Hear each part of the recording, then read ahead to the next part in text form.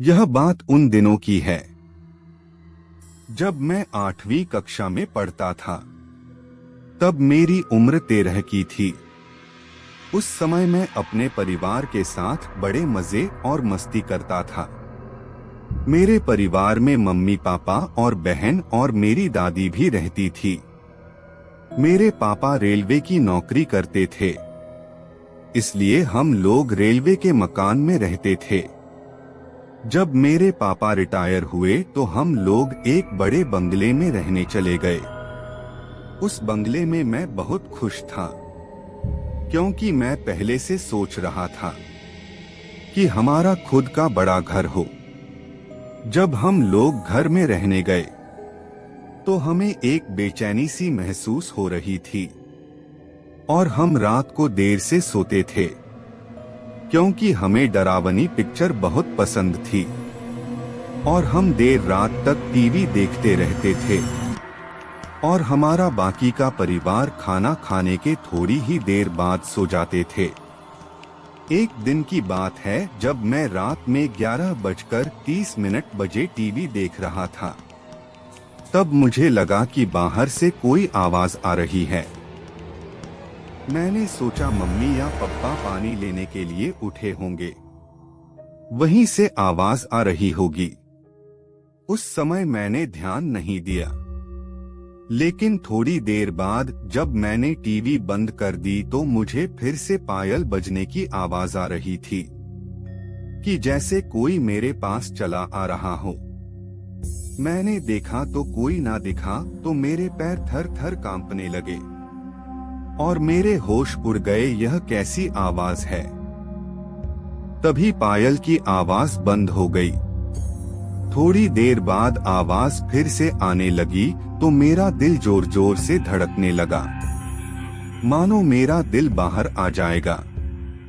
मैंने सोचा कि मैं यह बात सबको बताता हूँ। जब मैं हिम्मत जुटा के दरवाजा खोला तो मुझे वह मेरे पास बजने लगा, लेकिन वहाँ पर कोई ना दिखा। तो मैं किसी तरह मम्मी के कमरे में पहुँचा और सारी बातें उन मम्मी पापा को बता दी।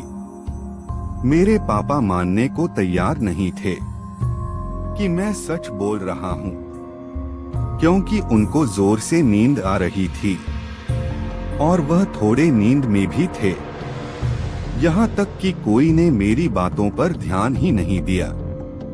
तो मैंने सोचा कि आज रात मैं मम्मी पापा के साथ ही सो जाता हूँ। ऐसा करते करते करीब 8 या 9 दिन बीत गए। तभी वह आवाज फिर से आने लगी, लेकिन वह मेरे सिवाय किसी और को सुनाई ही नहीं दे रही थी।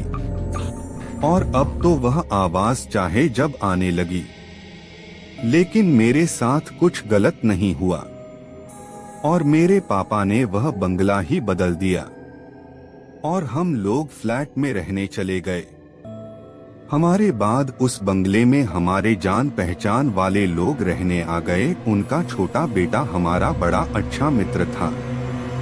एक बार वह हमसे मिलने हमारे घर आया और हमसे पूछने लगा कि एक बात मैं तुमसे पूछ रहा हूँ, सच सच बताना कि उस घर में कभी तुमने किसी के चलने या फिर पायल बजने की आवाज सुनी थी?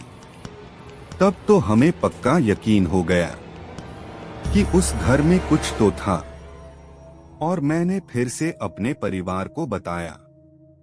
तब उन लोगों ने हमारी बातों पर यकीन लिया कि अब मैं सच बोल रहा हूँ। और जो लोग वहां पर रह रहे थे, उन लोगों ने उस घर में पूजा पाठ कराया तो पता चला कि यहाँ पर 7 औरतों ने एक साथ फांसी लगा ली थी और यह उन्हीं की आत्मा थी।